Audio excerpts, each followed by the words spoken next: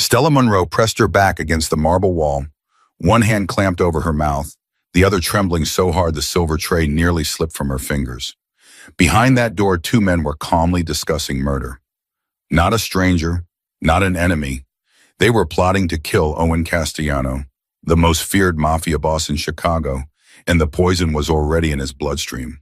If she walked away, he would be dead in 3 weeks. If she stayed, she would be dead before morning. Before we go any further, please hit that subscribe button. Stay with me until the very end and drop the name of the city you're watching from in the comments. I want to see how far this story travels tonight. The grandfather clock in the East Wing struck 11, and Stella Monroe should have been in her quarters by then. She should have turned off the hallway lamps an hour ago, folded the linens, and locked the pantry the way Mrs. Halloran had drilled into her since her very first week at the Castellano estate. But Mr. Castellano had requested fresh coffee at 10:30, and Stella, being the newest maid, being the quietest, being the one nobody ever sent home early, had stayed behind. She was 23 years old. She had been working in that house for 11 months. And in those 11 months, she had learned one single commandment repeated to her on the very first day by Mrs. Halloran, the head housekeeper, a stern Irish woman with iron gray hair and eyes that missed nothing. You see nothing, Stella. You hear nothing. You know nothing. That is the only rule in this house. Break it, and God himself cannot save you. Stella had nodded. She had understood. She had kept her head down for 11 months, and she had been grateful every single day for the steady paycheck that kept her little brother Danny in the group home, where they finally took proper care of his seizures. Without this job, Danny went back to the state facility, and Stella would have scrubbed toilets with her bare hands before she let that happen. So she kept her head down. She never looked at the men who came through the front door in black suits. She never listened when voices rose behind closed doors. She never asked why the gardener had been replaced 3 times in 1 year, or why the East Wing was kept locked, or why Mr. Castellano's father had died so suddenly 18 months before she was hired. She saw nothing, she heard nothing, she knew nothing, until tonight. Stella was carrying the silver coffee service down the long hallway toward the study, her soft-soled shoes making no sound on the runner when she heard voices coming from the library. The library door was never open at this hour. It was always locked. Always. But tonight it was ajar, just a few inches. Stella slowed. She should have kept walking. She should have delivered the coffee to the study, bowed her head, and gone straight upstairs. Instead, something in the tone of the voices made her stop. It was the hush of them, the way 2 men speak when they are certain no one else in the world can hear them. Another 2 weeks, maybe 3, one voice was saying. His heart is already beginning to show the strain. By the end of the month, it will be indistinguishable from natural cardiac failure. Stella recognized that voice. Dr. Marcus Webb, Mr. Castellano's personal physician, a thin silver-haired man who came to the house every Tuesday and Friday with his leather bag. And there will be no trace. The second voice was softer, colder. A woman's voice. Stella's blood turned to ice water. It was Victoria, Mrs. Victoria Castellano, the stepmother. None, Dr. Webb said. Digitalis in small doses over a prolonged period mimics congestive heart failure perfectly. If an autopsy is performed, and we both know Owen's people will not permit one, the levels in his system will be consistent with his prescribed medication. I wrote that prescription myself. There was a pause, a single terrible pause in which Stella Monroe forgot how to breathe. How much longer? Victoria asked. 3 weeks, perhaps 4. His body is strong, Mrs. Castellano, stronger than his father's was, but the heart can only take so much. Good, Victoria said, and her voice was like silk being drawn across a blade. Because the sooner Owen joins his father, the sooner this family finally becomes what it was meant to be. Mine. The silver tray trembled in Stella's hands. She felt the coffee pot rattle against the sugar bowl, and for one horrifying second she was certain they had heard it. She was certain the door would fly open, and she would see Victoria Castellano's beautiful poisonous face, and she would be dead before she could scream. She did not move. She could not move. Dr. Webb spoke again. There is one concern. Owen mentioned yesterday that he has felt some improvement. A trick of the mind, perhaps, but we should watch him. Any interruption in the dosing schedule could undo weeks of work. There will be no interruption, Victoria said smoothly. I bring him his medication myself every evening. I watch him swallow it. He would rather die than refuse a cup of tea from his stepmother's own hand. The fool has never once suspected me. Stella felt her knees begin to give out. She had served Victoria Castellano her morning tea just that very morning. Victoria had smiled at her that warm, motherly smile and had said, "You're a good girl, Stella. You remind me of my own daughter when she was your age." And now that same woman was in the library 3 doors down, calmly arranging the murder of her stepson. "Leave the next bottle in the usual place," Victoria said. "The blue cabinet. I'll retrieve it tomorrow morning when the staff is in the kitchen." "It will be there." "And Dr. Webb," Victoria's voice dropped lower, "if anything goes wrong, if Owen were to somehow discover what we are doing, I trust you understand that my loyalty to you has its limits." "Of course, Mrs. Castellano. I would hate for your wife to receive an unpleasant phone call, or your daughter at Northwestern. Such a bright young woman, ashamed to see her education interrupted." "There will be no problems, Mrs. Castellano, you have my word." Stella took one step backward, then another, then a third. The silver tray was shaking so violently now that she was certain the clatter would betray her, so she clutched it against her chest and turned and walked one foot in front of the other back the way she had come. She did not remember walking down the hallway. She did not remember setting the coffee service on the sideboard outside the kitchen. She did not remember climbing the back staircase to the servants' quarters, or opening the door to her small room, or sitting down on the edge of her narrow bed. She only remembered that at some point she realized she had been holding her breath for so long that her vision was beginning to gray at the edges. And when she finally inhaled, she let out one long, ragged sob and pressed both hands over her mouth so that no one would hear. She sat there in the dark for a long time. The Castellano estate had 3 doctors, 4 lawyers, a personal chef, 14 maids, 6 cooks, a chauffeur, and a private security force of 32 men. Stella Monroe was none of these things. She was a maid, a 23-year-old girl from the south side of Chicago whose mother had died of pneumonia when she was 16 and whose father had walked out when she was 9. She had a little brother who could not be left alone. She had $412 in a savings account. She had no husband, no lawyer, no allies, and no idea in the whole wide world of what she was supposed to do now. She could go to the police and tell them that she had overheard a conversation that Victoria Castellano, one of the most respected society women in Chicago, was slowly poisoning her stepson. Victoria had lunch with the mayor's wife last month. Her charity foundation had raised $3 million for the children's hospital. Who would believe a maid over a woman like that? And even if they did believe her, even if by some miracle she got the right officer at the right desk, how long would it take before word got back to Victoria? An hour, 2. How many police officers in this city were on the Castellano payroll? How many were on Victoria's no? The police were not an option. She could tell Owen Castellano himself. The idea was so absurd that she almost laughed out loud. Tell Owen Castellano, the man she had served breakfast to that morning, without ever once daring to meet his eyes. He was 36 years old. He was 6'3". He wore suits that cost more than her yearly salary, and there were rumors, whispered rumors among the staff, that he had personally ordered the killings of at least 4 rival bosses in the past 5 years. A man like that did not listen to a maid. A man like that, if she walked into his study and said, "Excuse me, Mr. Castellano, but your stepmother is poisoning you," would have her thrown out of the house before she finished the sentence. And if Victoria found out she had spoken, Stella would not live to see another sunrise. She could run. She could pack her small suitcase and walk out of this house tonight and never look back. She could take Danny out of the group home and they could disappear. Montana, Arizona, somewhere nobody would find them, with $412 and no job references, and a brother who needed medication 4 times a day. Stella put her face in her hands, and for the first time since her mother died, she cried without stopping.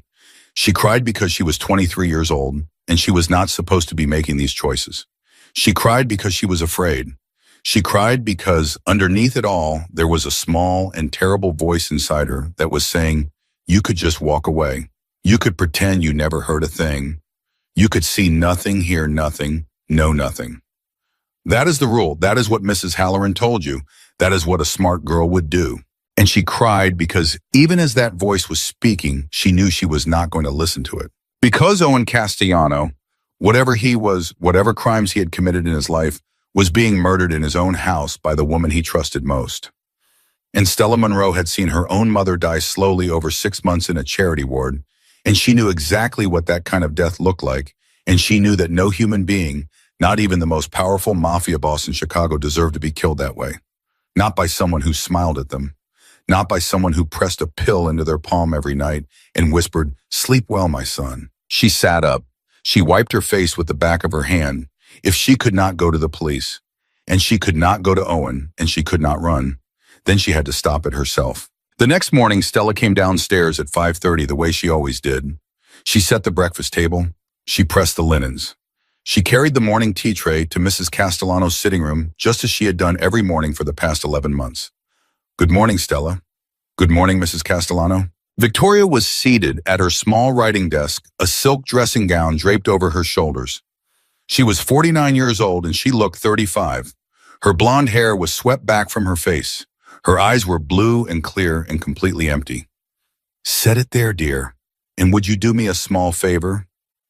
"Yes, ma'am. I have a little blue bottle in the cabinet by the window. Owen's heart medication. Would you bring it to me?" Stella did not let her hand shake. She did not let her face change. 11 months in this house had taught her one useful thing at least. She knew how to make her face a blank. "Yes, ma'am." She walked to the cabinet. She opened the door.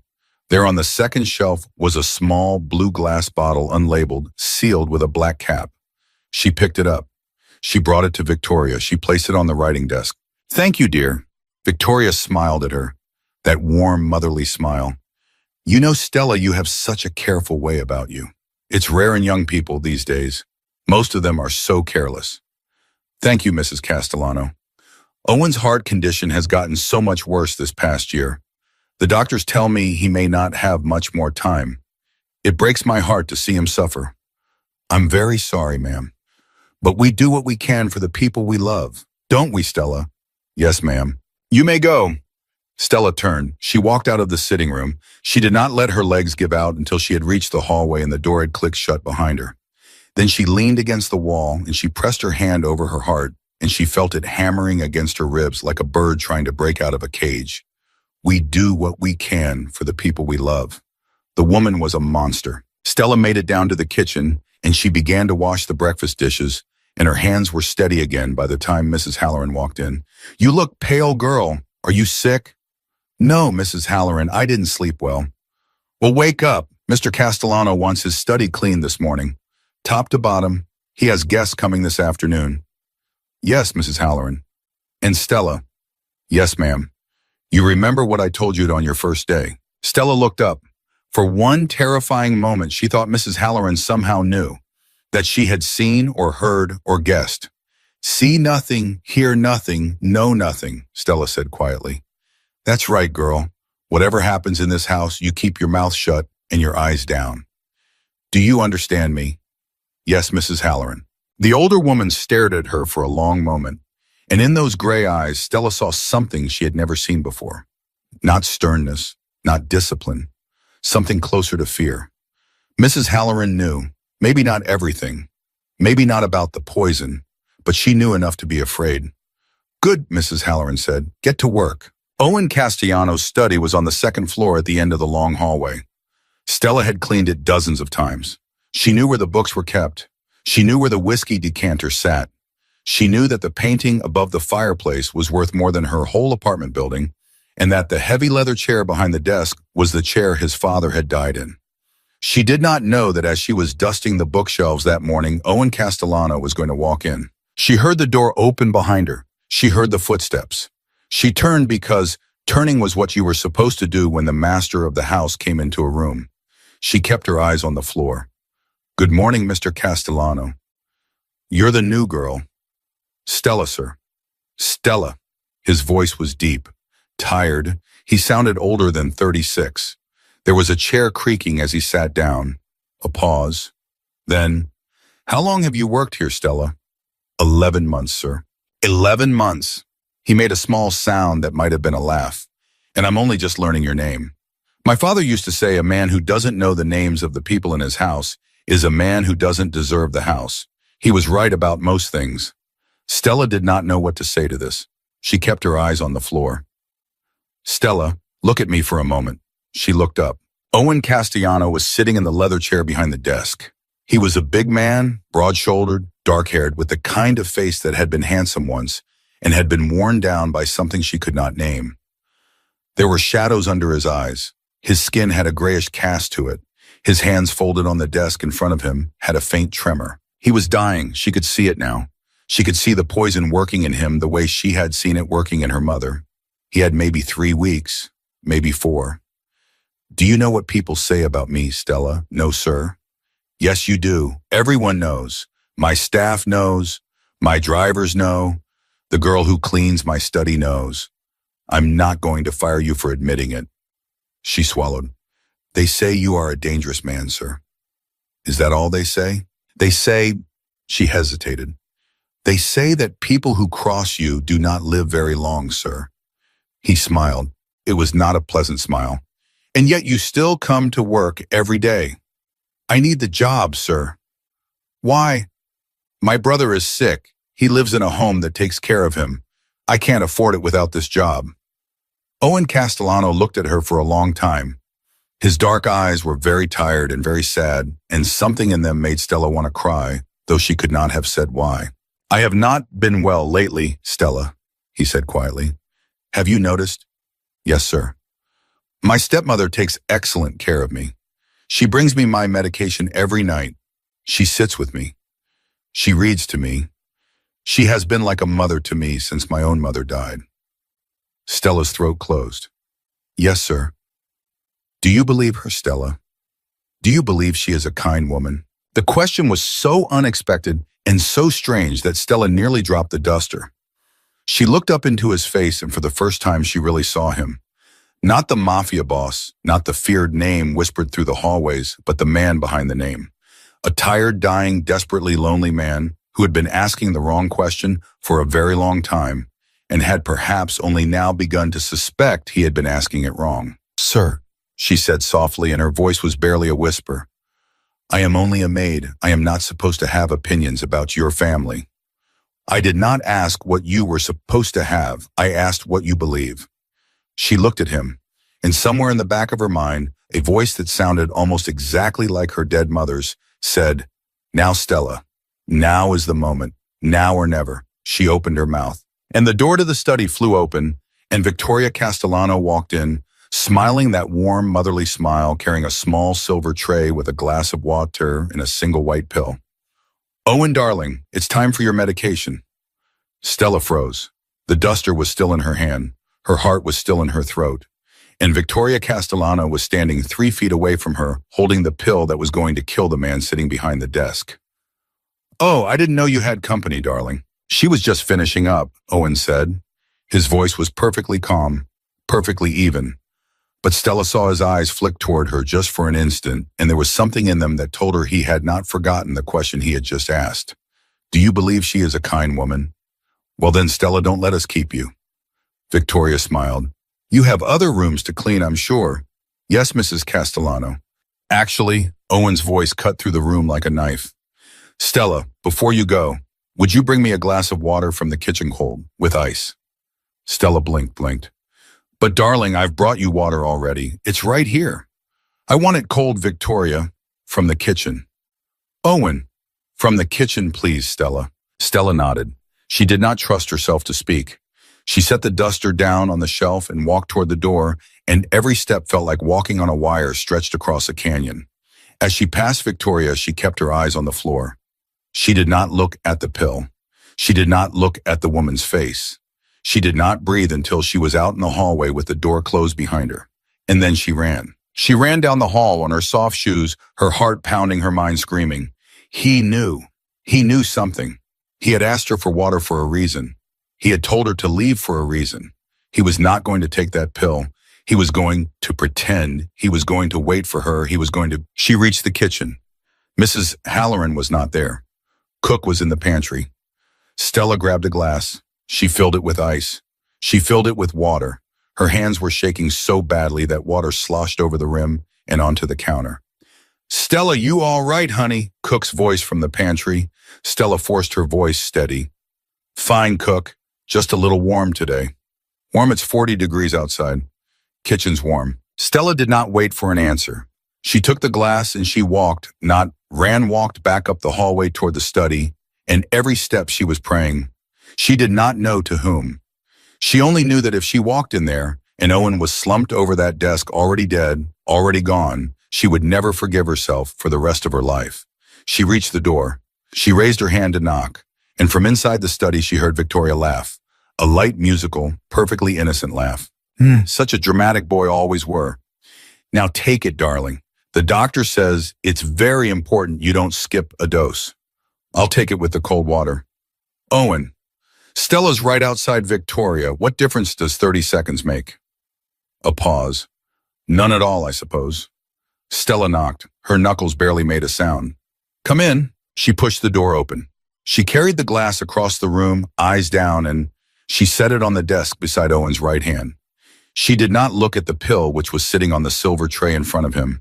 She did not look at Victoria, who was standing with her arms folded, smiling that warm, motherly smile that now to Stella looked like the face of a snake about to strike. Thank you, Stella. Yes, sir.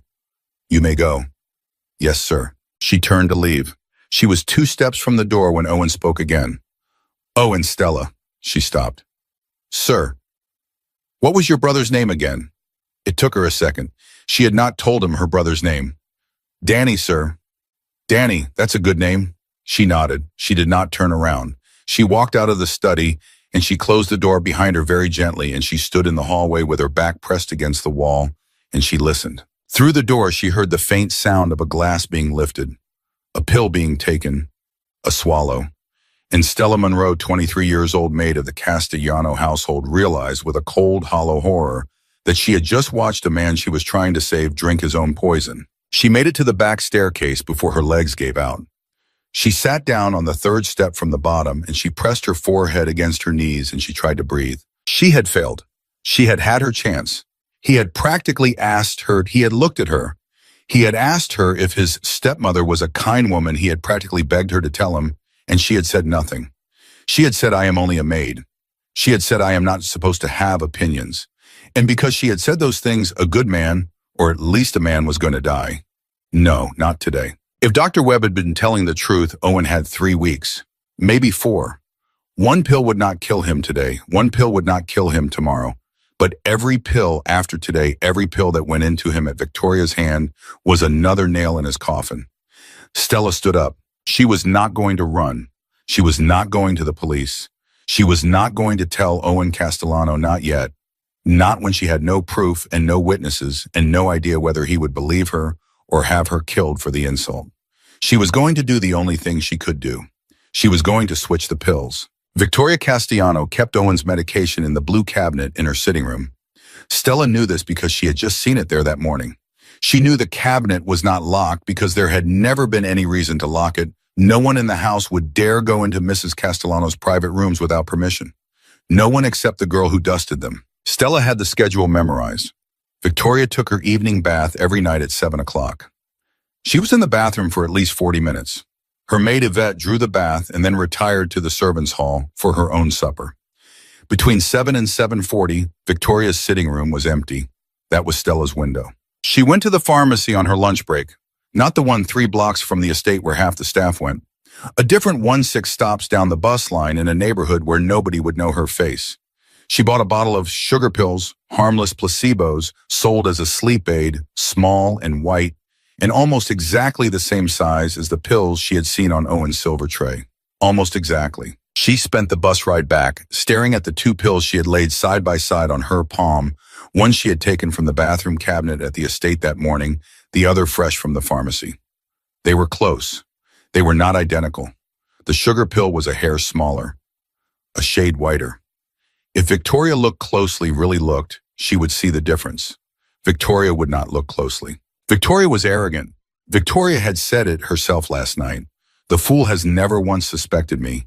A woman like that did not examine her weapons. She trusted them. Stella was counting on that. At 7:03 that evening, Stella Monroe walked down the 2nd floor hallway with a feather duster in her hand and a bottle of sugar pills hidden inside her apron pocket. Her hands were not shaking anymore. She did not know why. Perhaps when fear gets large enough, it stops feeling like fear and starts feeling like something else. Purpose, maybe. Or madness. She reached the door of Victoria's sitting room. She listened. Water running. The faint sound of humming from the bathroom beyond. Stella pushed the door open. She stepped inside. She closed it behind her. She was in. The blue cabinet stood against the far wall just as she remembered. She crossed the room in 4 long strides. She opened it. There on the second shelf was a small blue bottle. She lifted it. She unscrewed the cap. Inside, 23 small white pills. 23 doses of digitalis waiting in a row. Stella took the sugar pills out of her pocket. She counted them into her hand. 23. She had bought extra. She poured the poison pills into a folded handkerchief and slipped the handkerchief into her apron pocket. She poured the sugar pills into the blue bottle. She screwed the cap back on. She set the bottle back on the shelf in the exact spot she had found it, with the label turned the exact direction it had been. From the bathroom, the humming stopped. Stella's heart stopped with it. She held her breath. She waited. The humming started again. Victoria had only paused to turn off the tap. Stella closed the cabinet. She walked back across the room. She opened the door. She stepped into the hallway. She closed the door behind her. She had been inside for exactly 41 seconds. She walked down the hallway on legs that felt like water, and she did not let herself cry until she was back in her room with the door locked behind her, and then she sat on the edge of her bed with 23 pills of poison in her handkerchief, and she cried silently into her hands for a very long time, because now there was no going back. The first night, Victoria brought Owen his pill at 9 o'clock. Stella knew because she was dusting the banister on the landing above, pretending to be invisible, watching through the railings as Victoria carried the silver tray down the corridor. Stella did not breathe. She watched the door close. She waited. 8 minutes. The door opened. Victoria came out. She was smiling. "Good night, darling," she called over her shoulder. "Sleep well." Stella gripped the banister to keep her knees from giving out. He had taken it. He had taken the sugar pill. And Victoria had not noticed the difference. It had worked. For one dose, for one single dose, it had worked. The second night went the same way, and the third, and the fourth. By the end of the first week, Stella was sleeping 2 hours a night. She woke at every sound in the hallway. She jumped when doors closed. She was washing dishes in the kitchen one afternoon when Mrs. Halloran laid a hand on her shoulder and Stella shrieked, and every maid in the kitchen turned to stare at her. "Girl, what is the matter with you?" "Nothing, Mrs. Halloran, I'm sorry." "You've been pale as milk for a week. Are you sick?" "Do I need to send for a doctor?" "No, ma'am, please." "Then pull yourself together." "Do you hear me? Whatever's troubling you, leave it at the door." "Yes, Mrs. Halloran." The older woman looked at her for a long moment, that same look from before. Not sternness, fear. "Girl," she said low enough that no one else would hear, "I don't know what you've gotten yourself into, and I don't want to know, but I will tell you this. Whatever you're doing, stop, before it's too late. Do you hear me?" Stella looked up. Her eyes were burning. "It's already too late, Mrs. Halloran." The older woman's mouth tightened. She gave a single, almost imperceptible nod. And then she turned and walked away, and she did not speak to Stella again for the rest of the day.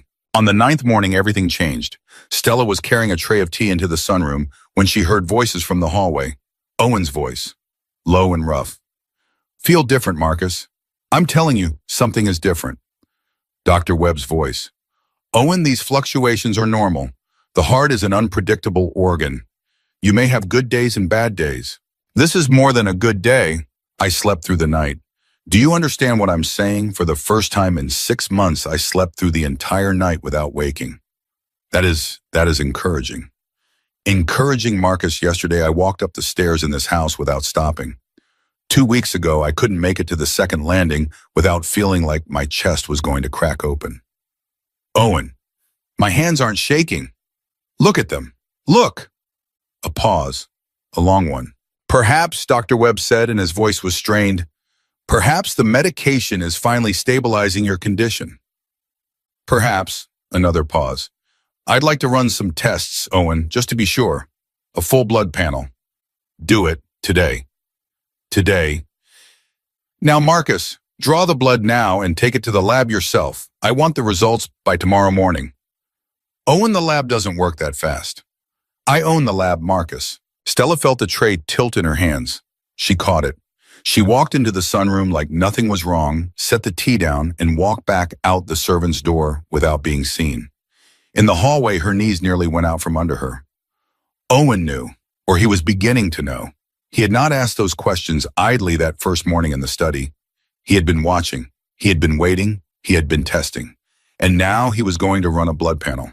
A blood panel would show that there was no digitalis in his system, which meant Dr. Webb was about to be caught, which meant Dr. Webb was about to panic, which meant Dr. Webb was about to run straight to Victoria. Stella did not finish her morning rounds.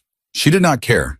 She walked straight out the back door of the kitchen and around the side of the house toward the security station by the front gate. There was a man there she had been watching for a week, trying to decide if she could trust him. She had not decided. She was out of time. Dom Santoro was the head of Owen's personal security detail. He was 50 years old, built like a barrel with a shaved head and a thick Sicilian accent. He had worked for the Castellano family since he was 19. He had served Owen's father before he had served Owen. The staff said he would take a bullet for the family without hesitating. The staff also said he was a man who did not ask questions he did not want the answers to. Stella reached the security station. Dom was inside reading a newspaper. He looked up when she knocked on the glass. "You're the maid." "Yes, sir."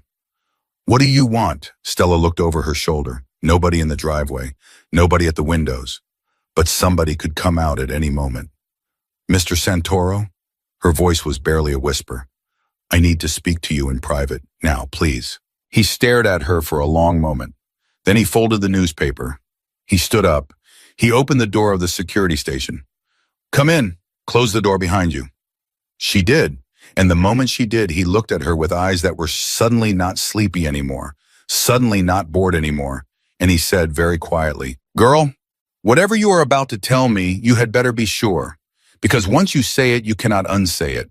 And if you are lying or if you are wrong, I will make you wish you had never walked into this house. Do you understand me?" "Yes, sir." "Then say it." Stella took a breath. She reached into her apron pocket. She pulled out the handkerchief folded tight around 23 small white pills. She opened it on the table between them. "Mr. Santoro," she said, and her voice did not shake. "These are the pills that Mrs. Castellano has been giving Mr. Owen every night for the last month. I have been replacing them with sugar pills. I replaced them because 9 days ago I heard Mrs. Castellano tell Dr. Webb that these pills are poison. Digitalis. She said Mr. Owen would be dead in 3 weeks. She said it would look like a heart attack. She said no one would ever know." Dom Santoro did not move. He did not breathe. His eyes went from her face to the pills and back to her face. "Girl," he said, and his voice was so low and so dangerous that it made every hair on Stella's arm stand up. "Do you have any idea what you are saying?" "Yes, sir." "Do you know what happens if you are lying to me?" "Yes, sir." "Are you lying to me?" "No, sir." Dom Santoro looked at the pills for a very, very long time. Then he picked up the phone on the desk. He dialed 3 numbers. Someone answered. "Tony, it's Dom. I need a private favor. A lab test. Digitalis, 1 hour. No paperwork, no names, no questions." He listened. "Yes, I'll bring it myself." He hung up. He picked up one of the pills between his finger and thumb. He looked at Stella. "If you are telling the truth, girl, I am going to owe you my life, because I have served Mr. Owen since he was a boy, and if anything happened to him on my watch, I would not be able to live with myself." "Yes, sir." "And if you are lying," he looked at her, "I think you know." "Yes, sir, I know." He nodded once. "Go back to the house. Do your work. Do not speak to anyone. Do not look at anyone.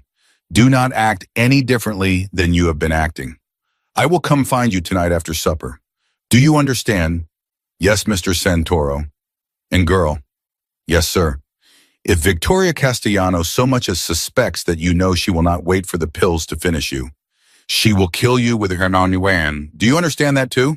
"Yes, sir." "Then go." Stella walked back to the house. She walked into the kitchen. She picked up her tray.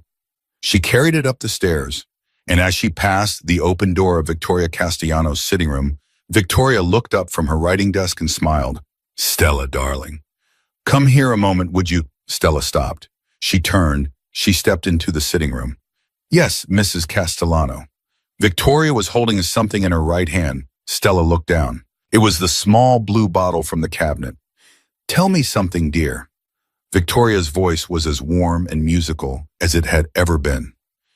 Have you been in my sitting room when I was not here? Stella Monroe felt the floor tilt beneath her feet. She did not let it show on her face. She did not let her eyes drop to the bottle.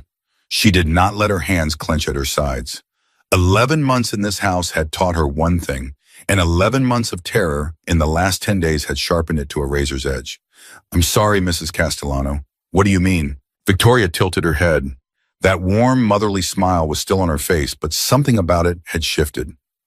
Something about it was now the smile of a cat that had cornered a mouse and was not yet in a hurry to kill it.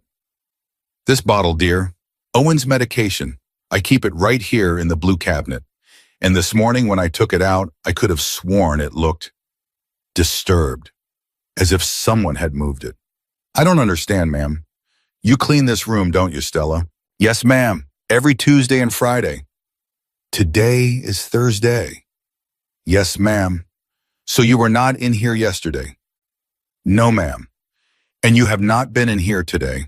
Stella looked her dead in the eye. No, Mrs. Castellano, I have not. The lie came out clean. It came out level. It came out without a single tremor in her voice. And as it left her lips, Stella realized something about herself that she had not known before that moment. Stella Monroe could lie to a murderer. Stella Monroe could look a killer in the face and lie without blinking. Victoria watched her for a long moment. Then slowly she set the bottle down on the writing desk.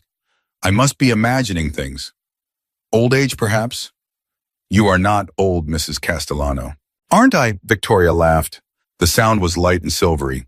Well, perhaps I am simply tired. Caring for Owen these past months has taken more out of me than I care to admit. He is lucky to have you, ma'am. Yes. Victoria's eyes did not leave hers. He is, isn't he? You may go, Stella. Yes, Mrs. Castellano. Stella turned. She walked out of the sitting room. She did not run. She did not rush. She walked with the same steady, silent pace she had used 1,000 times in this house, and she did not let out the breath she was holding until she was all the way down the hallway and around the corner and safely out of Victoria's sight. Then she pressed her back against the wall, and she slid down to the floor, and she put her hand over her mouth, and she did not let herself make a single sound. Victoria knew. Not everything. Not yet. But she suspected. And Victoria Castellano did not suspect. Victoria Castellano confirmed. If she had even a whisper of doubt, she would find the truth before the day was out. Stella had to find Dom. She had to find him now. She found him in the garage under the hood of Owen's Lincoln, pretending to check the oil. Mr. Santoro, keep walking, girl. Don't stop. She kept walking. She turned at the end of the row of cars and came back from the other side, her duster in her hand, pretending to clean the chrome of a Cadillac parked 6 feet from him. She suspects me. The silence that followed lasted exactly 2 seconds. When Dom spoke, his voice was low and flat. Tell me. She noticed the bottle had been moved. She asked me if I had been in her sitting room. I said no. She says she believes me. She doesn't. How do you know she doesn't? I just know. Dom was silent. He wiped his hands on a rag. He did not look at her. The lab called back 40 minutes ago. Every pill you gave me came back positive. Digitalis, high concentration, enough to kill a grown man in 10 to 15 doses. Stella closed her eyes. So it's true. It was always true, girl. You knew it was true. The lab just agreed with you. Mr. Santoro, what do we do? We move tonight. We can't wait. If she suspects you, she'll test the pills. If she tests the pills, she'll know the game is up, and the first thing she does is clean the house. That means you, me, Dr. Webb, and anyone who knows a single word of this. She has people, girl. She has been building her own crew inside this house for 2 years. I've seen it. I've watched it happen, and I did not know what I was watching. Owen. Owen is at the doctor's office across town. Blood panel. He'll be back at 4. Until then, you do not go near Victoria. You do not go into her rooms. You do not look at her. You work in the kitchen. You stay with Cook. If Victoria asks for you, you say Mrs. Halloran has you scrubbing pots. Do you hear me? Yes, sir. When Owen comes home, I will take him to the security station. I will show him the lab results. I will bring you in. You will tell him everything you heard exactly the way you heard it. Do you understand? Yes, sir. And Stella? Yes. If something goes wrong, if Victoria moves before we do, you run. You do not fight her. You do not try to save anyone. You run out of this house and you do not stop running until you are in another state. Are you hearing me? I can't. My brother. Your brother will be alive in a week if you are. He will not be alive in a week if you are not. Stella swallowed. She nodded. Yes, Mr. Santoro. Go. She went. Basham. She made it to the kitchen. She put on an apron. She picked up the biggest stock pot Cook had dirtied that morning, and she plunged her arms into soapy water up to her elbows, and she scrubbed. Cook looked at her sideways. You feeling all right, honey? Fine, Cook. Your hands are shaking. It's cold in here. It's not cold in here. What's the matter with you?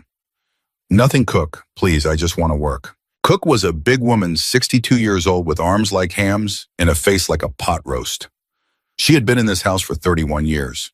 She set down her wooden spoon and she walked over to Stella and she looked down at her with eyes that had seen a great many things in a great many years. Girl, you got yourself in some trouble. No, Cook. You telling me the truth? Yes, Cook. Cook studied her for a long moment. You know what my mama always said to me back in Alabama when I was a little girl? She said, baby, the devil don't come for you with horns and a tail. He come for you with a pretty smile carrying a cup of tea. You remember that, you hear me? Stella looked up. Cook's eyes were steady. Steady and old and knowing. Yes, Cook. Good. Now finish those pots and then I want you chopping onions. Lots of onions. Nobody wonders why a girl is crying when she's chopping onions. Stella let out a breath that was half a laugh and half a sob. Yes, Cook. At 3:54, the front gate buzzer sounded. Stella heard it from the kitchen. At 3:57, she heard the sound of the front door opening. At 4:01, she heard Owen Castellano's voice in the foyer speaking to someone. At 4:02, she heard him ask for Dom. And at 4:03, Stella heard something she had not expected. She heard Victoria's voice. Owen, darling, you're home. How did the doctor's visit go? Fine. Marcus ran your tests? Yes. And the results tomorrow morning? A pause. Stella gripped the edge of the sink. Cook went very still beside her. Darling, Victoria said, and her voice was like warm honey. Come sit with me a moment. I have something I need to tell you. Can it wait? I need to speak with Dom. No, Owen, it cannot wait. I have just had the most upsetting conversation. I think one of the maids has been stealing from me. Stella's breath stopped in her chest. Stealing what? I'd rather discuss it privately, darling. Come into the sitting room. Stella's hand went to the edge of the counter. Cook's hand went to Stella's arm. It was a grip like a vice. Don't you move, girl, Cook hissed. Don't you make a sound. Cook, hush.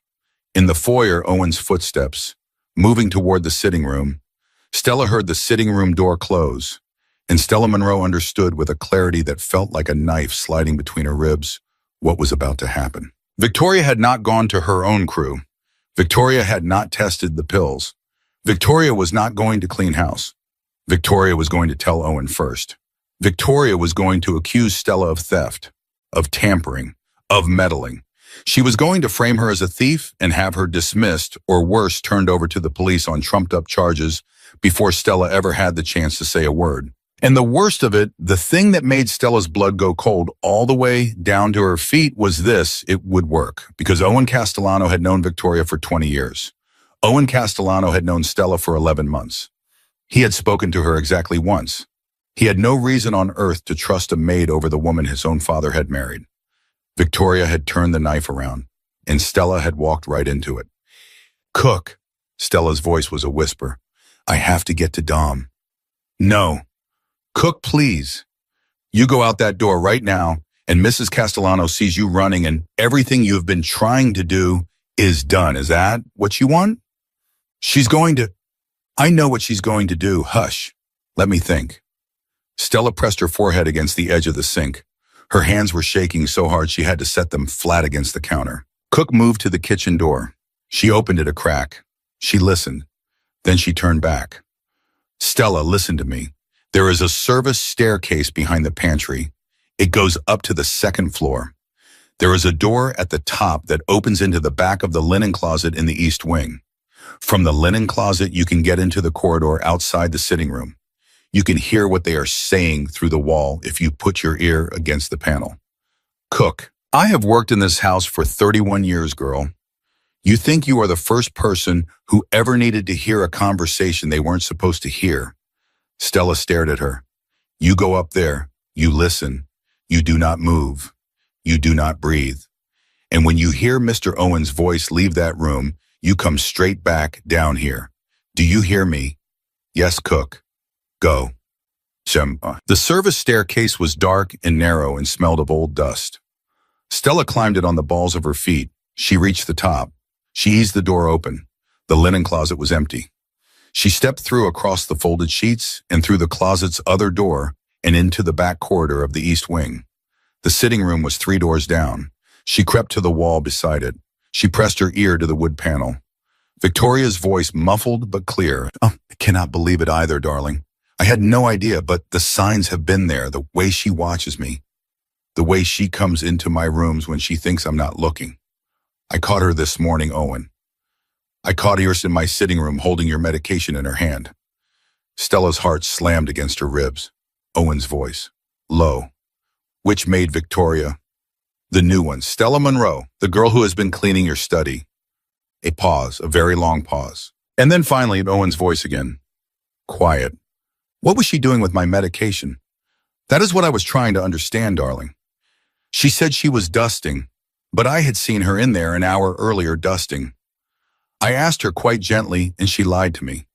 She looked me in the face, Owen, and she lied to me. About what? About being in the room at all. She denied it. She said she had not set foot in my rooms all day. But I had seen her, Owen. I had seen her with my own eyes. Another pause. That is a serious accusation, Victoria. No, darling. That is why I wanted to speak with you first before I said anything to Mrs. Halloran or to Dom. I wanted you to hear it from me. I wanted us to decide together what to do. What do you think should be done? I think the girl should be dismissed today, tonight. I don't want her in this house another night. And Owen, I hate to say this, I think we should have Dom check into her. Her background, who she is, who hired her. Because if she has been tampering with your medication, if God forbid she has been putting anything into it. Victoria. Owen's voice had changed. It was very, very quiet now. Why would a maid tamper with my medication? I don't know, darling, but there are people in this city who would pay a great deal of money to have a girl inside this house doing exactly that. You know there are. You have enemies. And a young girl with a sick brother with no money, she is exactly the kind of girl they would recruit. Stella felt the floor sway beneath her. She knew about Danny. How? How did she know? Because of course she knew. Because Victoria Castellano did not hire a maid without knowing everything about her. Because every word Stella had said in this house, every detail she had let slip, had been filed away in that woman's beautiful, terrible mind and was now being turned into a weapon against her. I want to speak to the girl. Owen. Now Victoria. I want her in this room now. Darling, please, let Dom handle it. Let him question her. It is not safe for you. I said now. Stella heard footsteps. She did not wait to hear more. She turned and ran silently on the balls of her feet, back through the linen closet, back down the service stairs, through the pantry into the kitchen where Cook was standing at the sink with her back to the door. Stella? He wants to see me. Oh, Lord. Cook, is Dom in the house? I don't know, child. I haven't seen him. The kitchen door swung open. Mrs. Halloran stood in the doorway. Stella, Mr. Castellano wants you in the sitting room, immediately. Yes, Mrs. Halloran. The head housekeeper looked at her. In the older woman's eyes, for one flickering instant, Stella saw it again. That fear, that same fear she had seen before, but there was something else in it now, something new. Pity. Child, Mrs. Halloran said, and her voice was almost gentle. Whatever you have done, you tell the truth. Do you hear me? Mr. Owen is not Mrs. Castellano. Mr. Owen respects the truth even when it costs him. Do you hear me, girl? Stella nodded. She walked out of the kitchen. She walked down the hallway. She reached the sitting room door. She raised her hand to knock. Her whole life came down to this moment. If Dom was not in the house, if he could not get to Owen before Victoria did, If Owen believed his stepmother over a maid he had spoken to exactly once, Stella was going to be put out onto the street in an hour. And she would not make it through the night, because Victoria Castellano, once she had her name and her address and her brother's address at the group home, would send people. And Danny would die too. Stella closed her eyes. She took one breath. She thought of her mother dying in that charity ward with no one at her side but Stella herself. She thought of the promise she had made kneeling by that hospital bed, that she would take care of Danny no matter what. She thought of her own voice that morning, saying to Owen Castellano, "They say people who cross you do not live very long, sir." She opened her eyes. She knocked. "Come in." She stepped inside. Oh, Victoria was sitting on the velvet sofa, a handkerchief pressed to the corner of her eye. Owen was standing by the window, his back to the door, one hand in the pocket of his trousers. "Stella." He did not turn around. "Close the door." "Yes, sir." She closed it. "Victoria tells me you were in her sitting room this morning, handling my medication. Is that true?" Stella opened her mouth. And before she could speak, she heard something that stopped her cold. A voice. Another voice in the room, a man's voice. Low, calm, and coming from the corner behind her. "Before she answers, Mr. Castellano, there is something you ought to see." Dom Santoro stepped out of the bookcase. In his right hand, he held a folded sheet of paper. In his left hand, he held the small blue bottle. Victoria Castellano's face drained of color so fast that for one moment she looked like a corpse already. "Owen." "Quiet, Victoria." Owen turned. Slowly. He looked at Dom. He looked at the paper. He looked at the bottle. He looked at Stella. "What is this?" "This, Mr. Castellano," Dom said, "is a laboratory report from Costa Pharmaceutical dated this afternoon. It is the chemical analysis of 23 pills that were delivered to me this morning by this young woman. And every one of them is digitalis, sir. Enough to kill you inside of 3 weeks. The same as every pill your stepmother has been bringing you every night for the last 4 weeks." The silence that followed was the loudest silence Stella had ever heard in her life. Owen Castellano did not move. He did not speak. He looked at Dom. He looked at the report. He looked at the bottle, and then very slowly he turned his head and he looked at Victoria. "Owen," Victoria whispered, "darling, whatever he has told you, whatever that girl has told you, I swear to you on your father's grave. Don't." His voice was barely a whisper. "Don't you dare say his name." Victoria stood up. Her handkerchief fell to the floor. Her face was white, but her eyes were moving fast, calculating, measuring the distance to the door, to the window, to the bell pull on the wall. "Owen, please, listen to me. That man has been lying to you for years. He works for the Falcones. He has been waiting for a chance to turn you against me." "Dom." "Yes, Mr. Castellano." "Lock the door." Dom walked to the door. He turned the key in the lock. He put the key in his pocket. Owen Castellano walked across the room. He stopped in front of his stepmother. And for the first time in her life, Stella watched a woman who was smaller than she had ever been a moment before, cornered and terrified, and trying not to show it, look up into the face of a man she had tried to murder. "Sit down, Victoria." "Owen." "Sit down." Victoria sat down. Owen turned. He looked at Stella. And for the first time since she had walked into the room, he really looked at her. His eyes moved across her face like a man trying to memorize something. "Stella Monroe." "Yes, sir." "Why, sir, Papa? Why did you do this? Why did you risk your life for a man you don't know?" Stella looked at him. She thought of 100 answers. She thought of telling him about her mother, about her brother, about the voice in her head that had told her she could not live with herself if she walked away. She thought of saying something eloquent, something worthy of the moment. In the end, what came out was the simplest thing. "Because I heard her, sir. And once you hear a thing like that, you cannot unhear it. And once you know, you cannot not know. And I did not want to be the kind of person who knew and did nothing."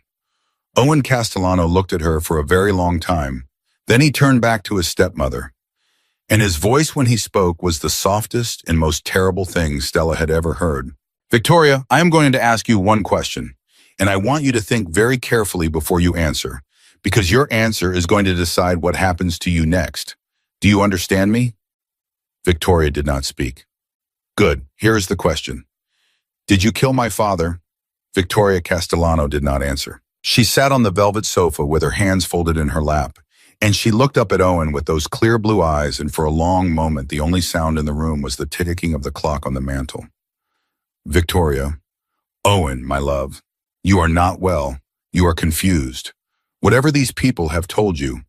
Did you kill my father, darling, and did you kill my father? The third time his voice broke on the last word, and Stella, watching from 6 feet away, understood something she had not understood before. Owen Castellano had already known. Not with proof, not with certainty, but somewhere inside him, in a place he had refused to look at for 18 months, he had already known. Victoria saw it. Victoria, who had been reading that man's face since he was a boy of 16, saw it the moment he asked the question the third time, and her own face shifted. Not a lot, just a hair, just the smallest tightening around the mouth, the smallest lift of the chin. Owen, she said, and her voice was different now, lower, harder. Your father was a dying man. He had been dying for years. His heart was failing. His lungs were failing. I sat by his bed for 6 months, Owen. 6 months. While you were out in the streets building your little empire, while you were making deals and killing men and pretending you were a king. I was the one who held his hand when he could not breathe. I was the one who changed his bedpan. I was the one who listened to him cry at 3 o'clock in the morning, asking why God would not let him die. Victoria. So yes, Owen, yes, I helped him. The room went still. Stella stopped breathing. Dom's hand had moved very slightly toward the inside of his jacket. He was not trying to hide it. You helped him. I loved him, and I could not watch him suffer anymore. Your father asked me, Owen. He asked me. He said, Victoria, I cannot do this. Please, help me. And I gave him what he asked for. You're lying. I'm not lying. You're lying. Owen's voice was shaking now.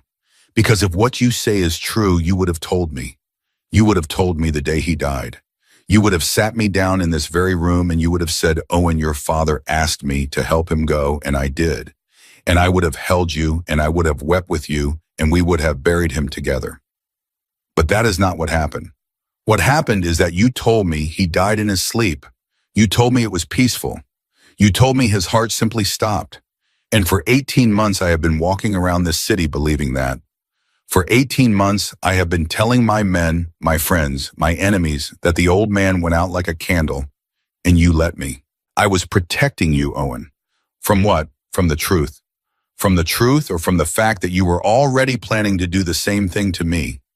Victoria did not answer. Owen walked to the small table beside the sofa. On it sat a crystal decanter of brandy. He picked up the decanter. He walked back. He set it down on the low table in front of her. Pour yourself a drink, Victoria. Owen, I said pour yourself a drink. I don't want pour. His voice filled the room like a gunshot. Victoria flinched. Her hand went out. She picked up the decanter. She poured 2 fingers of brandy into the small crystal glass beside it. Her hand was shaking. The neck of the decanter rattled against the rim of the glass. Now drink it. She drank it. In one swallow. Again. She poured again. She drank again. Now look at me and tell me the truth, and I will know if you are lying, Victoria. I have always known when you are lying. I just never wanted to admit it to myself. How long have you been planning this? Victoria set the glass down on the table. She looked at him, and in that moment, something in her face changed, something in the shape of her eyes, in the set of her mouth, in the whole architecture of her beautiful and poisonous face. The mask came off, and what Stella Monroe saw underneath it was something she had never in her life seen on a human being. It was cold. It was clean. It was the face of a woman who had stopped pretending. 3 years, Victoria said. Owen did not move. 3 years, Owen. Since the night of your father's 60th birthday party, when he stood in that ballroom downstairs and introduced you to half of Chicago as his only heir. His only heir. As if I had not spent the last 15 years of my life in this house. As if I had not raised you alongside him, and as if I was a piece of furniture that he had brought in from one of his other properties.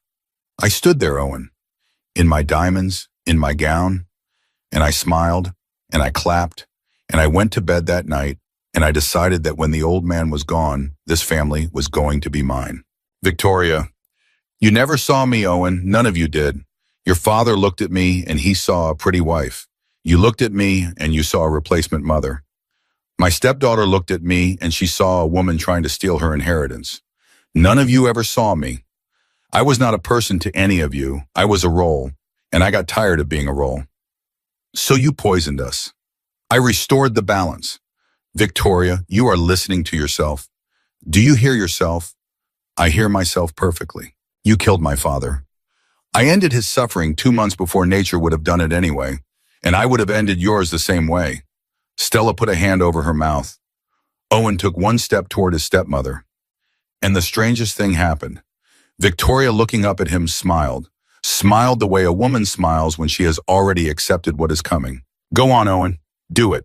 You have wanted to do it since the moment you walked in here. Your men are watching. Your maid is watching. Your Sicilian is watching. Pull out a gun. Put it to my head. Show them all what a man you are. Owen did not move. Dom.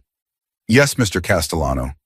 Go downstairs. Tell Anthony to bring the car around. We are taking her to the warehouse on Kinsey. No, the word came out of Stella's mouth before she knew she had spoken. Every head in the room turned. Owen, Dom, Victoria, all three of them looking at her at once. Stella felt the blood rush to her face, but she did not step back. She did not lower her eyes. She had come this far. She was not going to stop now. Mr. Castellano, please, do not do this. Excuse me, sir, if you take her to that warehouse, you become what she is. And if you become what she is, then what was any of this for? What did I risk my life for if you are only going to do exactly what she did? Owen stared at her. You are telling me what to do with my own stepmother.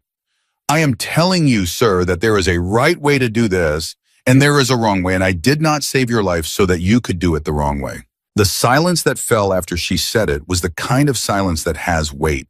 Stella could feel it pressing on her chest. She could feel her own pulse in her ears.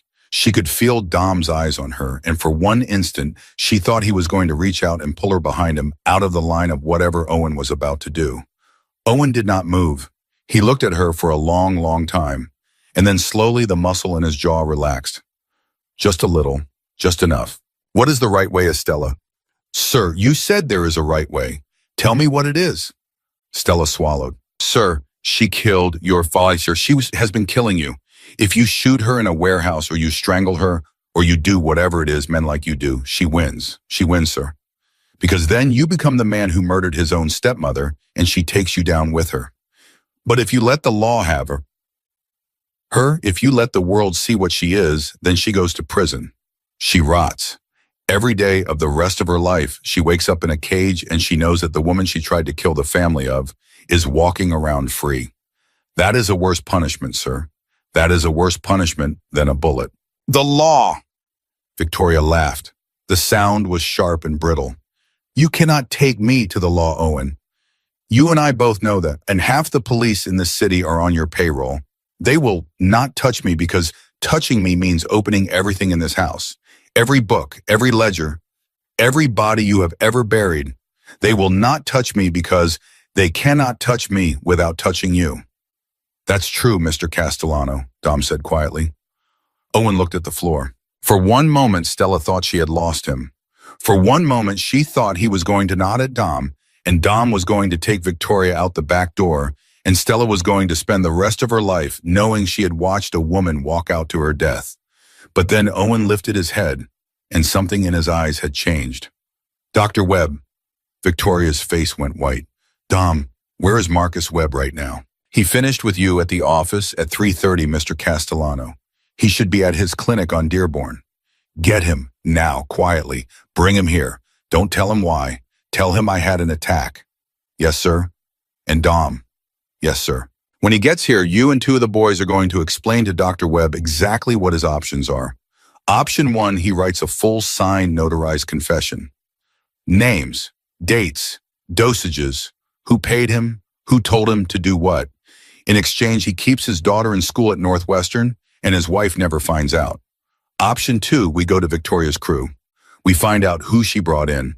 We find every person in this house she has been paying. And Dr. Webb finds out what happens to men who poison mafia bosses. Yes, Mr. Castellano. He will pick option 1. He will pick option 1, sir. Owen turned back to Victoria. With his signed confession and the pills in this young woman's testimony, I have enough to put you in a cell for the rest of your life without ever bringing a single piece of Castellano business into open court. I have enough to feed the FBI exactly what I want them to have, and nothing more, and they will take it, Victoria, because I am going to make sure they take it. You won't. You can't. Owen, you don't understand. I understand perfectly. I am your stepmother. You are my father's killer. You loved me. I did.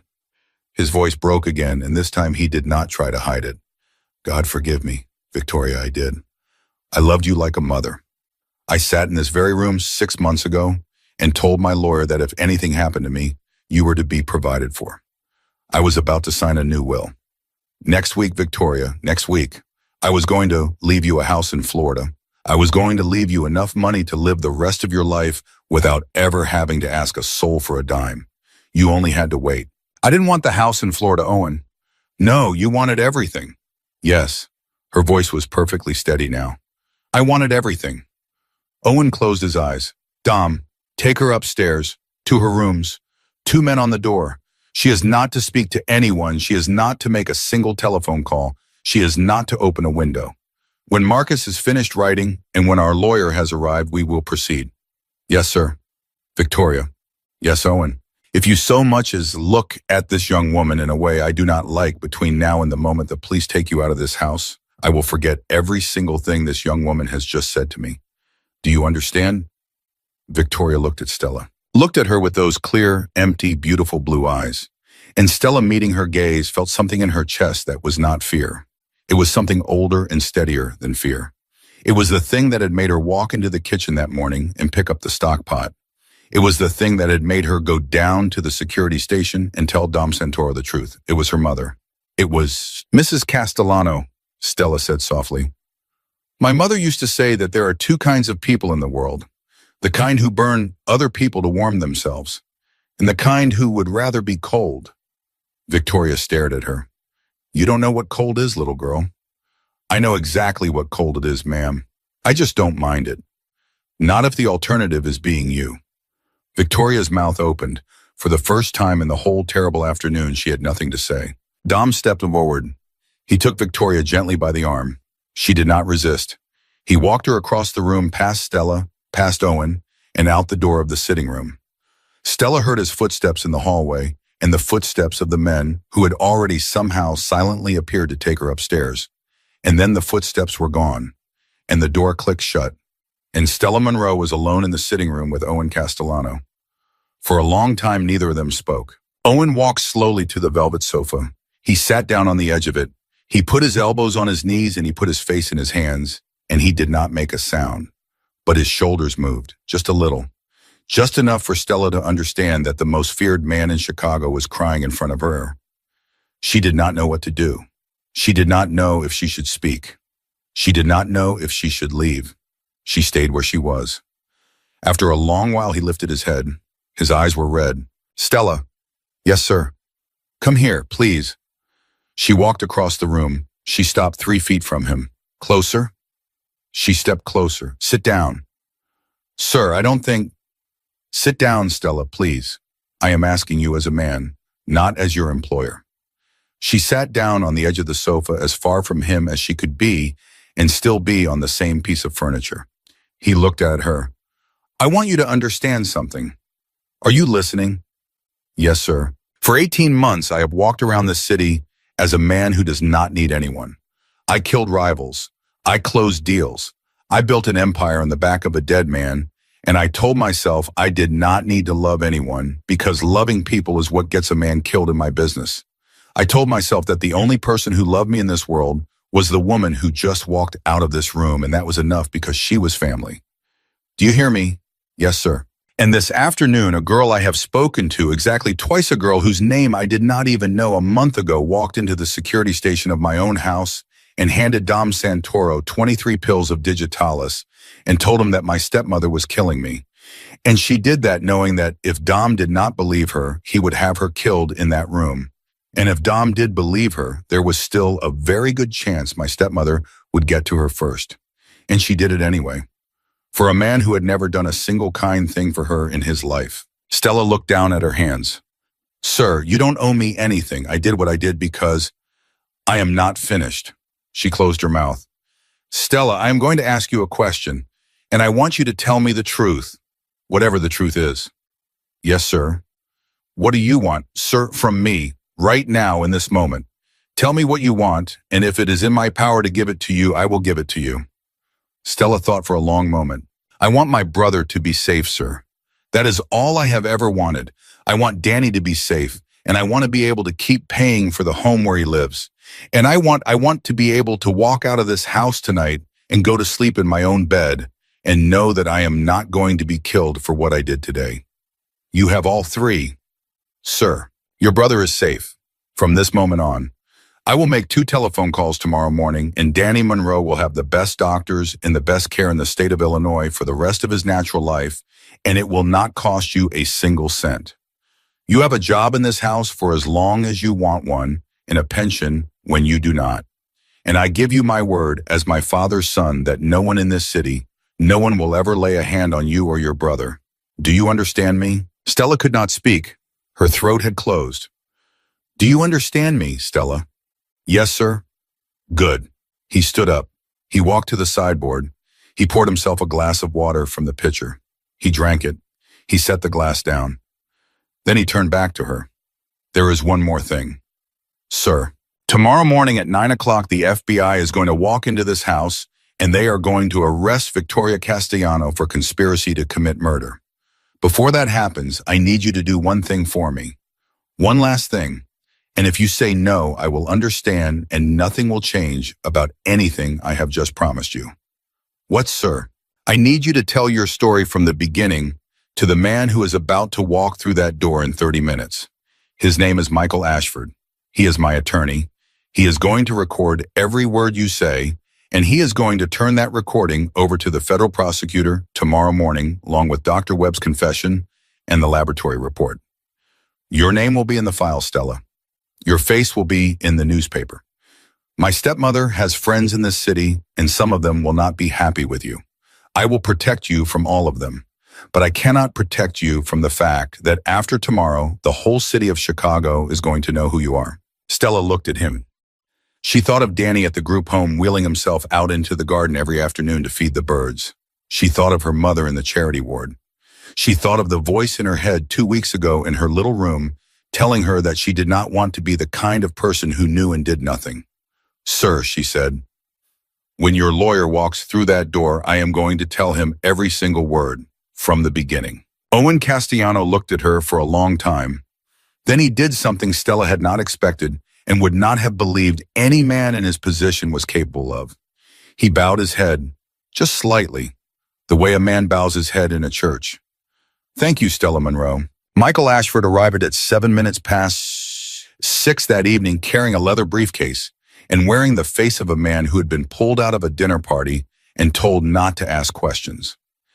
He was in his late 50s, silver at the temples, with the calm, measured eyes of a man who had seen every terrible thing a wealthy family could do to itself and had learned not to flinch at any of it. Owen met him at the door of the sitting room. They spoke for less than a minute in a low voice Stella could not hear. Then Owen turned and nodded at her. Stella, this is Mr. Ashford. He is going to listen to you now. I will be in the study. When you are finished, Dom will come and find me. Yes, sir. Ashford set his briefcase on the low table. He opened it. He took out a small black recording device. He looked up at Stella and he smiled, and his smile was kind. Miss Monroe, before we begin, I have been Mr. Castellano's attorney for 21 years. Nothing you say in this room will go anywhere I do not send it, and the only place I am sending it is to the office of the United States Attorney for the Northern District of Illinois tomorrow morning at 9 o'clock. You are not in any trouble. You are not a suspect. You are a witness, and you are the most important witness this case is ever going to have. Do you understand what the Yes, sir.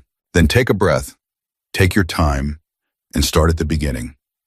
Stella took a breath. She started at the beginning. She told him about the silver tray in the library door in the 2 voices. She told him the exact words as best as she could remember them.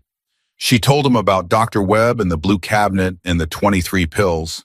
She told him about the sugar pills from the pharmacy. She told him about the 9 mornings she had delivered tea to Victoria's sitting room with her heart in her throat. She told him about the conversation in Owen's study, about Owen asking her whether she believed his stepmother was a kind woman, and about her own cowardice in that moment when she had said nothing. Ashford never interrupted her once. She talked for an hour and 20 minutes. When she was finished, her voice was nearly gone and her hands were cold, and Ashford reached across the table and gently turned off the recorder. "Miss Monroe," he said, "in 21 years of doing this job, I have never once heard a statement delivered that cleanly. You are a remarkable young woman." "Sir, I am just a maid." "No, Miss Monroe, you stopped being just a maid the moment you put those pills in your apron pocket. Do you know what you are now?" "No, sir." "You are the reason Owen Castellano is alive. Remember that. For the rest of your life, when things are hard, remember that." She nodded. She could not speak.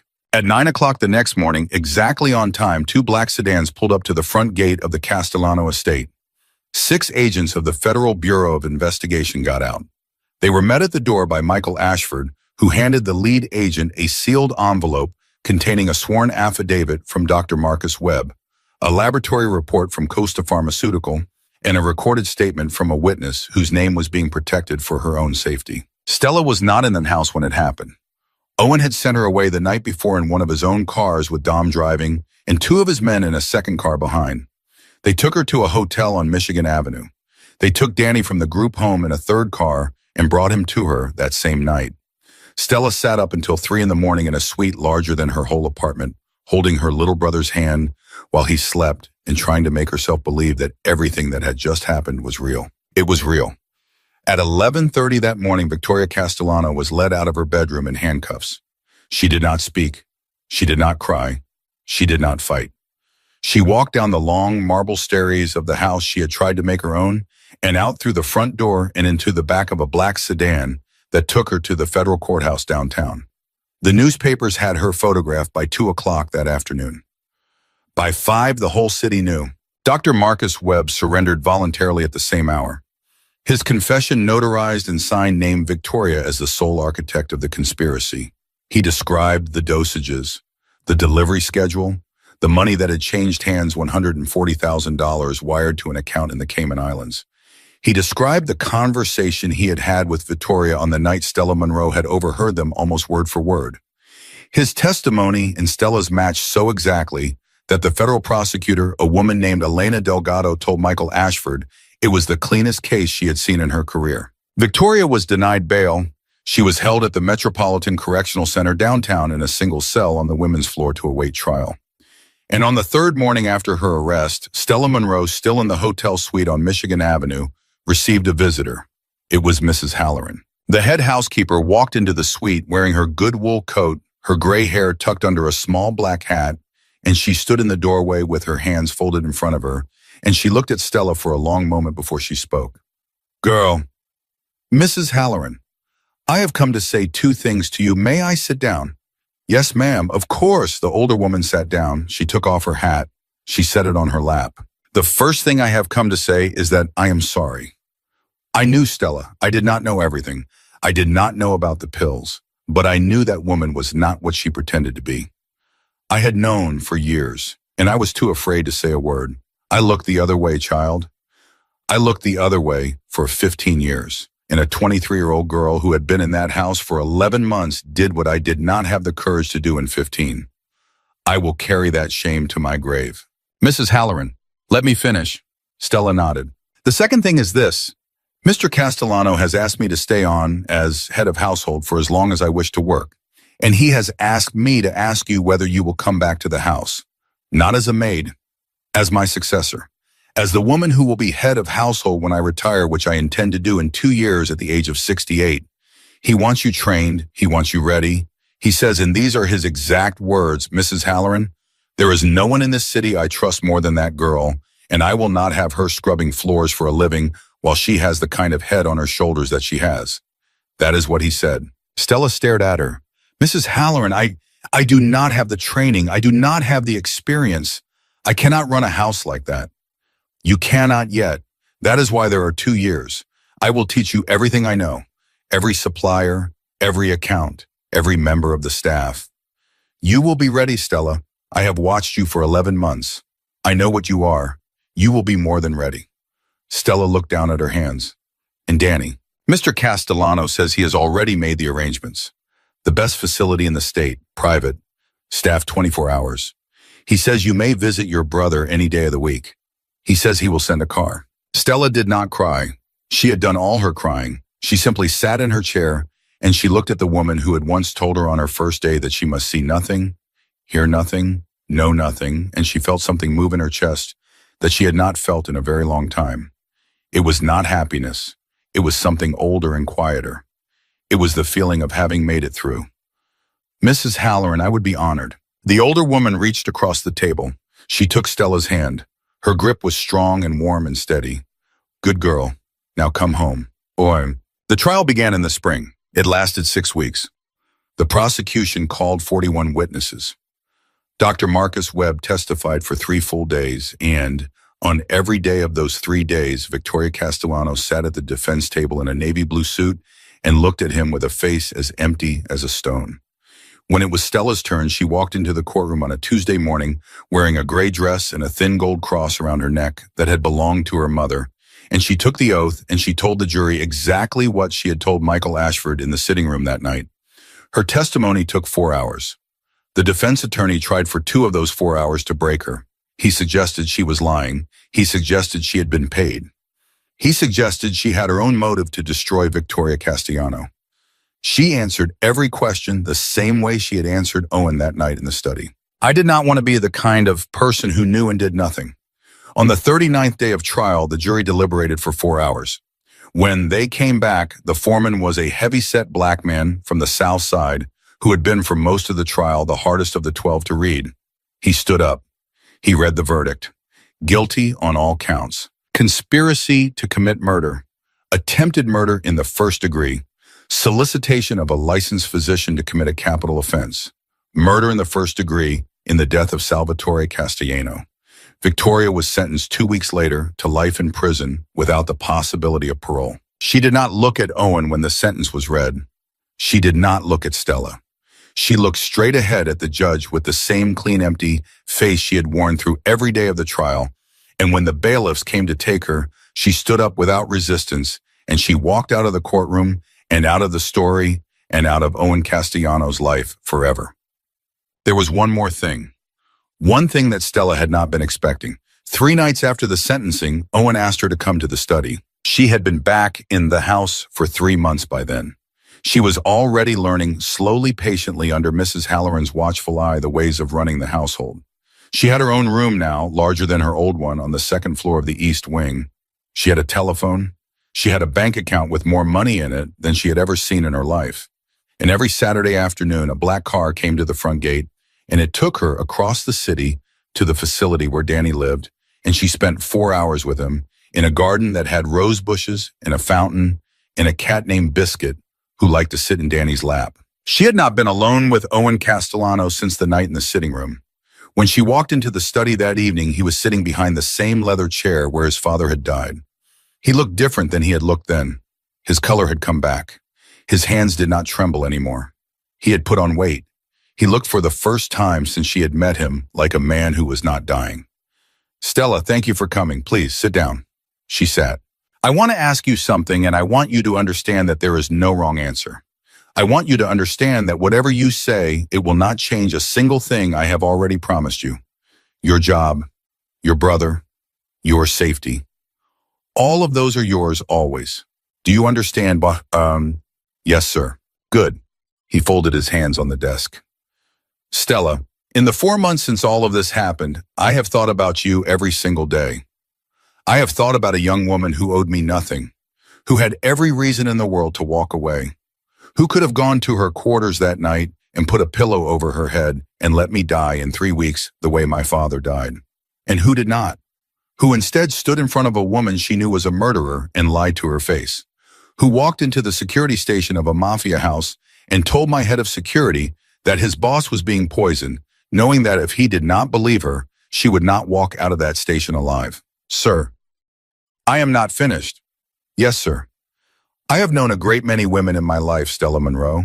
I have known women in silk and women in pearls and women in the very best of everything this city has to offer. I have not in 36 years on this earth met one single one of them who has the thing that you have. Do you know what that thing is? No, sir. Neither do I. I only know that I would like to spend the rest of my life trying to find out what it is called. Stella looked at him. For a moment, she could not breathe. Sir, I am a maid. You are a maid. You are the head of my household now. And in 2 years, you will be a great deal more than that, if you wish to be. Sir, I do not know what you are saying to me. I am saying, Stella, that I am not going to pretend what I feel. I am not going to pretend what I have felt every single time I have seen you in the hallway of this house for the last 4 months. I am a man who has been lied to enough in his life. I do not want to lie anymore. Not to myself, not to the people I care about, not to you, sir. But I am also saying that I understand exactly what I am and what my life is and what it would mean to be a woman who stood beside a man like me. I am saying that I would rather you tell me right now to my face that I am a fool and that you want only to do your job in peace than have you say anything else out of gratitude or out of fear or out of a feeling that you owe me something. You do not owe me anything, Stella. You saved my life. That debt is mine forever. Stella looked at him for a long time. She thought of her mother dying in the charity ward. She thought of the silver tray outside the library door. She thought of the blue cabinet and the 23 pills and the long walk down the hallway with her apron full of poison. She thought of Victoria's face looking up at her in the sitting room. You don't know what cold is, little girl. She thought of Owen bowing his head like a man in a church. Thank you, Stella Monroe. And she thought of the last 11 months walking the halls of that house, and of the morning when she had served Victoria her tea and known she was serving a murderer, and of every single day since then, and of the woman she had been when she walked into that house and the woman she was now. They were not the same woman. Sir, she said, and her voice was steady, I need time. Owen nodded. He nodded immediately. You have time, all the time you need, a week, a year, 10 years. I am not going anywhere, Stella, and neither is this job, and neither is the promise I made you. You have nothing to fear from me and nothing to gain by telling me anything other than the truth. That is all I am asking for. The truth whenever you know what it is. Stella stood up. Thank you, sir. You are welcome, Stella. She walked to the door. She stopped with her hand on the knob. She turned. Sir, there is one thing I want to say now before I go. Anything. I did not do it because I knew you. I did not do it because I cared about you. I did not do it for love or for loyalty or for any of the reasons I think you might be giving yourself at night. I did it because a woman was murdering a man in his own house and I could stop it, and so I did. That is all. That is who I am. I am not the hero in your story, sir. I am just a woman who could not walk away. Owen looked at her. Stella. Sir, that is exactly the woman I am talking about. She walked out of the study. She walked down the long hallway. She walked past the library where the door was closed now and would be kept closed and would never, as long as she lived in that house, be left ajar in the middle of the night. She walked up the stairs to her room and she sat on the edge of her bed and she looked out the window at the lights of Chicago. And for the first time in her life, Stella Monroe understood what her mother had meant all those years ago, lying in the charity ward and holding Stella's hand with fingers that had gone cold. Her mother had said, baby, I don't want to leave you, but I am not afraid, because I raised a girl who is not afraid either. And in this world, baby, the only thing that matters is whether you are afraid. Everything else is just noise. Stella had been afraid in the beginning. She was not afraid anymore. It was not Victoria she had defeated in that sitting room. It was not Dr. Webb. It was not the 23 pills or the $140,000 or the long, careful architecture of a murder 18 months in the making. It was something older than any of that. It was the voice in her own head, the one that had told her over and over that she was just a maid, that she should see nothing, hear nothing, know nothing, that she should keep her head down and her mouth shut and walk away from a dying man, because walking away was the smart thing to do. She had killed that voice, and the woman who had killed it was not going to walk away from anything ever again for the rest of her life. Whether she one day walked instead into the study of Owen Castellano and gave him a different answer than the one she had given him tonight, that was a question for another day. A question she would answer in her own time, in her own way, in her own voice. For tonight it was enough that she was alive. For tonight it was enough that Danny was safe. For tonight, it was enough that a woman who had burned other people to warm herself was sitting in a cell in the Metropolitan Correctional Center and would sit there every single day of every single year for the rest of her natural life, and would die there alone knowing that the girl she had tried to destroy was walking the halls of the house she had tried to steal and was not afraid. Stella Monroe turned out the light. She laid her head on the pillow. She closed her eyes. And she slept the clean, deep sleep of a woman who had learned at 23 years old the thing it takes most people a whole lifetime to learn, and most people never learn at all. She had learned that courage is not the absence of fear. Courage is doing the right thing when every voice in your head and every voice in the world is telling you to walk away. She had done the right thing. She had saved a man's life. She had brought a killer to justice. She had kept her brother safe. And from this night forward, no one in the city of Chicago, no one in the world was ever going to tell Stella Monroe that she was just a maid again. She never was. She never had been. And she never would be.